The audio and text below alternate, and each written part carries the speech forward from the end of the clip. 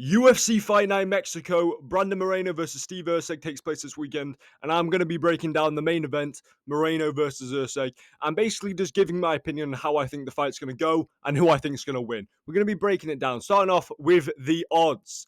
Brandon Moreno is a slight favorite at minus 200, and Steve Erceg is a slight underdog at plus 170. Also, subscribe and like the video if you do go on to enjoy, and let me know what you think of this breakdown in the comments below, because this is the first one of its kind.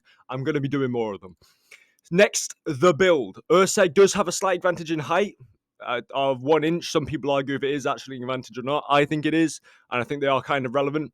And Moreno has an advantage of 2 inches in the reach. Now, moving on, what does every fight do when they start? That's poorly worded.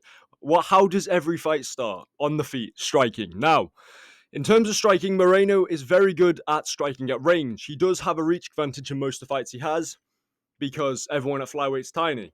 So 70 inches is very good for the division. He will have a reach advantage in this fight, which basically means that he could be striking at range for a lot of it. Now, he also has very good strike timing, which does go hand in hand with striking at range.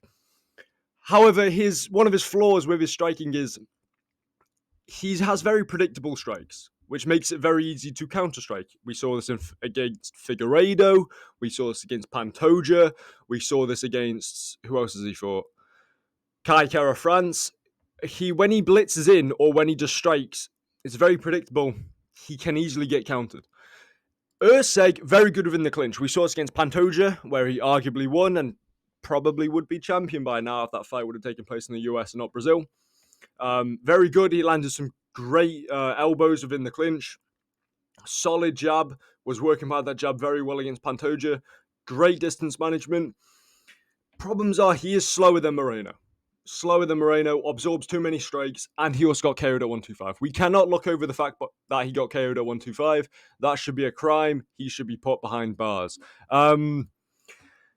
In terms of their actual breakdown statistics, obviously landed per minute, significant strikes, absorbed per minute. Moreno, less landed per fight. No, per minute, sorry. But less absorbed per minute. And Moreno is the opposite, with more landed per minute, but obviously more absorbed per minute, and has a worse defense than Moreno. So pound for pound, Moreno is winning on the striking field. Obviously, could be caught going on the way in, if that makes any sense. So, for example, let's say he blitzes forward, he can get caught with a counter because he leaves himself open at times. However, I'm going to give the advantage on the feet to Moreno, despite the fact that Erceg is probably one of the best boxers in the entire division. I'm going to give the advantage to Brandon Moreno on the feet anyway. Moving into the grappling field. Moreno, good BJJ. Pretty good takedown defense and great top control. Doesn't shoot very often though. So let's say, for example, even though I gave the advantage to Moreno on the feet, let's say Erceg starts piecing them up. He's less likely to shoot for a takedown than, let's say, other fighters who were getting pieced up. Let's say like Pantoja, despite the fact that he's not a, he's more of a grappler. That's not a good example to use. But you know what I mean? If Pantoja was getting pieced up on the feet, he's shooting a double leg. You know what I mean? But Moreno's less likely to do so. I think. I don't know. This was written by me a few days ago. Steve Erceg uses the clinch very well. Obviously, we said he's very good in the clinch. He also uses the clinch to stuff takedowns and shoot takedowns. He passes guard pretty well, which I don't know why that's a positive on here, but it is. Excels on the ground using control and good pressure. He uses his frame, very important, because he's quite big for the division. I need to move my microphone away from me, so it's not shit. Because he's big for the division, using his frame and his size works for him, if you get what I'm trying to say, especially on smaller opponents. So against someone like Pantoja, he used his frame well to not necessarily to pick himself back up off bottom position effectively. Problems are poor takedown accuracy, and he isn't a grappler at base, which is not. It's not a great situation to be in against someone who is a high-level grappler, if you catch my drift. In terms of grappling, terrible takedown accuracy for Steve Erceg, 1 in 4. That's pretty bad, especially because he only averages 1 per 15 minutes. Submissions, where no one really cares, and Moreno does have better takedown accuracy and takedown defense. So I'm going to give the grappling advantage to Brandon Moreno. Overall in the fight, I feel like it's going to be a striking matchup.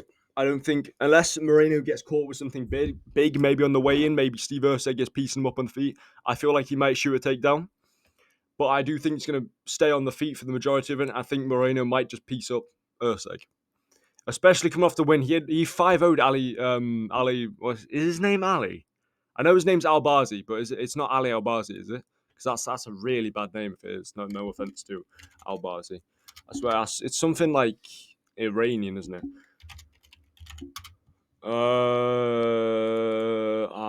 I can't even fucking find it. I'll be back in a second when I find it. Amir, that's the one. Amir Albazi. That's the name, not Ali. Ali Abdelaziz. Amir Albazi. Pieced him up over 5 rounds, if we're going to be honest here.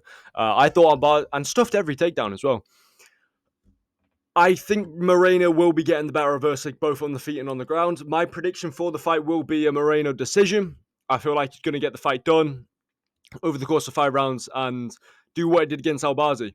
Yeah, so let me know what you think of this video. Let me know if you want to see more of its kind. You know what I mean? More of these fight breakdowns. Yeah, so I'll see you in the next one. Goodbye.